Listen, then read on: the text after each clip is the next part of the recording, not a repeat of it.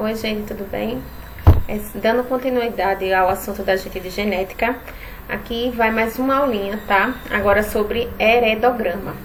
Então, o que seria heredograma? Gente, heredograma também pode ser chamado de árvore genealógica, tá? Então, eles são representações do mecanismo de transmissão das características dentro de uma família. Em outras palavras, eles são usados, tá, como diagramas para representar relações de parentesco, onde cada indivíduo é representado por um símbolo.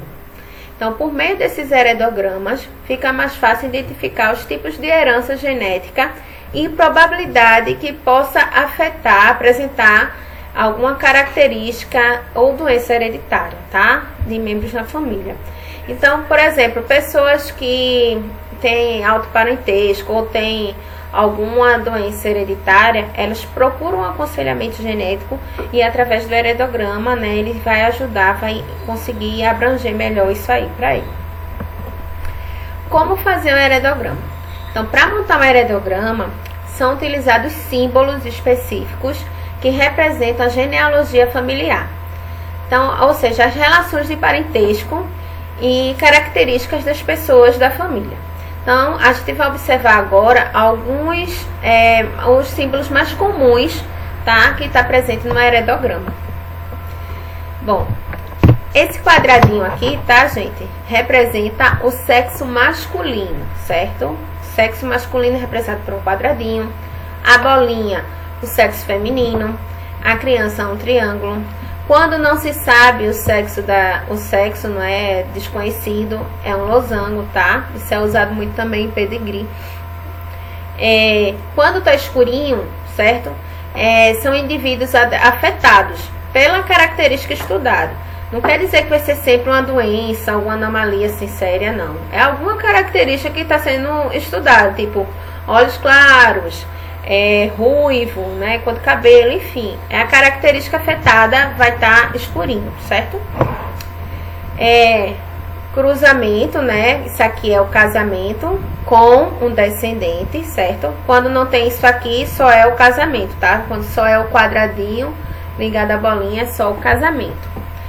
Quando é o quadradinho ligado à bolinha com dois tracinhos, significa que é um casamento consanguíneo entre parentes, tá? Nesse caso aqui é um casamento consanguíneo e com descendente. E aqui é a irmandade, certo? Digamos que isso aqui fosse feito um triângulo, assim, certo? Em vez desse quadradinho, fosse assim. Eita, que assim tá feio demais. Enfim, fosse feito um quadradinho, tá? Aí isso seria gêmeos. E se tivesse ligadinho assim, seria gêmeos univitelinos, tá? Aquele de mesma placenta. Esse quadradinho aqui era para ser mais bonitinho, tá, gente? Assim. Agora tá ok. Bom, esses são os símbolos mais usados nos heredogramas, tá? Também se tiver, ó, pintadinho assim, metade, certo? Pode vir representado assim em alguns heredogramas. Significa que ele é um indivíduo heterozigoto, tá? Aí o heredograma ele já está dizendo como é o indivíduo. Então, a gente vai ver agora um exemplo de heredograma, para vocês entenderem, tá? A característica que está representada aqui é o lóbulo da orelha, certo? Então, a característica representada é o lobo da orelha, preso ou solto. Isso é uma característica genética, certo? Então, considerando o casal da primeira geração, o homem tem o lobo preso e a mulher solto, tá? Segunda foto. Nos heredogramas, cada linha, certo, vai representar uma geração. Então, eu tenho aqui a primeira geração, a segunda geração e a terceira geração, certo? O casal teve 3 filhos, certo? Um homem, tá aqui, ó, aqui é o casal, primeira geração. Ele teve o homem, certo? E 2 mulheres, tá? Sendo que o homem, certo? Que tá aqui no número 2, ele tá afetado e essa mulher também, mas essa não. A terceira, que tá no número 3, essa filha aqui, ela é igual ao pai, ela não é afetada, tá?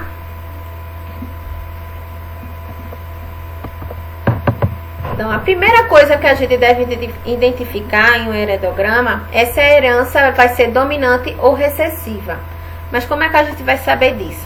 Então, uma forma da gente tentar perceber esse dado é observando se há casais com a mesma característica que têm filhos diferentes, tá? Se tiver casais com a mesma característica e filhos diferentes, isso é indício que a característica do filho é determinada por genes recessivos, certo?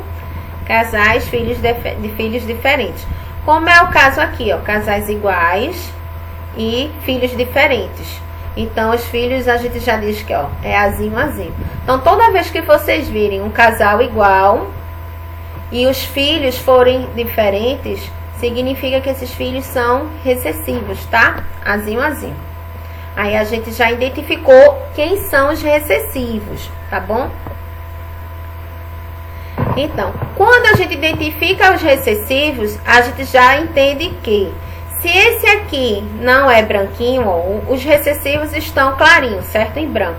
Se esses daqui não são branquinhos, mas os filhos herdaram o azinho, né, de recessivo, então significa que eles são heterozigóticos. Então, se a gente observar, né, na geração 3, a gente vai ver 3 filhos diferentes, que é o 6, o 7 e o 8, dos pais 4 e 5, que são iguais. Então, esse é indício de que eles são homozigóticos recessivos, certo? Representados por azinho, azinho. E os pais são heterozigóticos, já que esses filhos aqui apresentam a mesma características dos pais, né? Então, os pais passaram o alelo recessivo para esses daqui, certo? Que estão branquinhos. Então, eles são azão, azinho, azão, azinho. Então, toda vez que vocês virem pais iguais e filhos diferentes, os pais vão ser heterozigóticos. Então, dessa forma, os filhos homozigóticos recessivos, os pais devem ser heterozigóticos dominantes, uma vez que possuem outros filhos com característica dominante, tá? Que foi aqui o 4 e o 5. Então, para eles, no entanto, não é possível determinar se são homozigóticos. Então, nesse caso aqui, não tem como a gente ter certeza se ele vai ser azão, azinho ou azão, azão. A gente sabe que carrega o azão, já que eles apresentam o mesmo, né, genótipo dos pais. Então, a gente coloca um tracinho, tá bom? Na dúvida, sempre vai colocar o tracinho. Então, conclusão do heredograma. A partir dessa parte de família, é possível inferir, né, a gente saber o genótipo de todos os representantes, seguindo a premissa de que o lobo da orelha preso é uma característica recessiva e o lobo da orelha solto é uma característica dominante.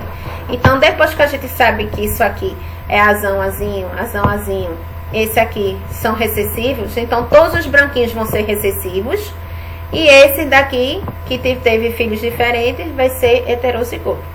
Certo? Então, gente, esse aqui é o heredograma que eu criei da minha família. Então, a gente pode tentar criar o heredograma da nossa família. Então, fica aí o teste para vocês. Tentem criar o heredograma da família de vocês com alguma característica que vocês consigam observar, para ver se vocês conseguem entender melhor o assunto, certo? Eu vou explicar aqui mais ou menos como é esse daqui da minha família. Então, meu pai e minha mãe são primos, certo? Então, houve um casamento consanguíneo. Minhas avós são irmãs. Aí, eles tiveram 3 filhas, certo? Aqui sou eu a mais velha, a do meio encostada comigo e a caçula. Meus pais, a característica que está sendo afetada aqui, que está mostrando, é a característica de miopia. A miopia, ela pode ser dominante ou pode ser recessiva. A recessiva, ela acontece muito com alto grau de consanguinidade, ou seja, casamento entre parentes, que foi o caso aqui. Então, se meus pais são parentes, eles são afetados e todos os outros são afetados, a gente pode concluir que eles são azinho, azinho, azinho, azinho, porque tiveram filhas todas azinho, azinho, certo? Então, todas as 3 filhas a gente, né, todas nós, a gente tem esse grau de miopia, tá? A gente herdou essa característica. Aí, no nosso casamento, a gente obteve os nossos filhos. A minha filha nasceu sem problema nenhum. Os filhos da minha irmã já até nasceu um afetado, outro não. E a da caçula também, não teve problema. Então, a gente pode aferir que os pretinhos são todos azinho. Esses branquinhos aqui são A tracinho, certo? Porque a gente não tem como identificar, certo? E aqui, no caso, vai ser azão, azinho. Azão, azinho. Certo? Esses de baixo. A gente só não tem como identificar se esse aqui vai ser azão, azão ou azão, azinho. Certo? Então, digamos que fosse uma doença, uma característica letal, certo? Como a minha família, graças a Deus, não teve nenhum problema letal, né? A gente herdou miopia e coisas assim, mais características, né? Como cor de cabelo, características mais leves, tá? Então, digamos que meus pais, eles tivessem uma característica letal, certo? Um gene letal. Então, esse gene passaria, certo? Para os filhos. E, dependendo se eles eram heterozigóticos ou não, eles nem poderiam ter filhos, certo? Ou passariam já a letalidade para alguns de seus filhos. Por isso, o ideal era eles terem feito um aconselhamento genético.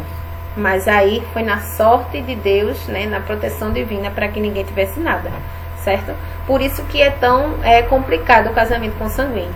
Porque a chance, a probabilidade de herdar alguma anomalia, algum gene letal, alguma coisa que afete, é muito maior, certo?